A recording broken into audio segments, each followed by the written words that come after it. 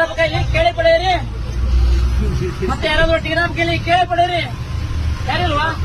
ಖುಷಿಯಾಗಿದೆ ಏಕೋ ನಿಮ್ಮಿಂದಲೇ ನೋಡದೆ ಇರಲಾರೆನು. ಒಮ್ಮೆ ನೀವು ಟಿಕೆಟ್ ತಗೊಂಡ್ರೆ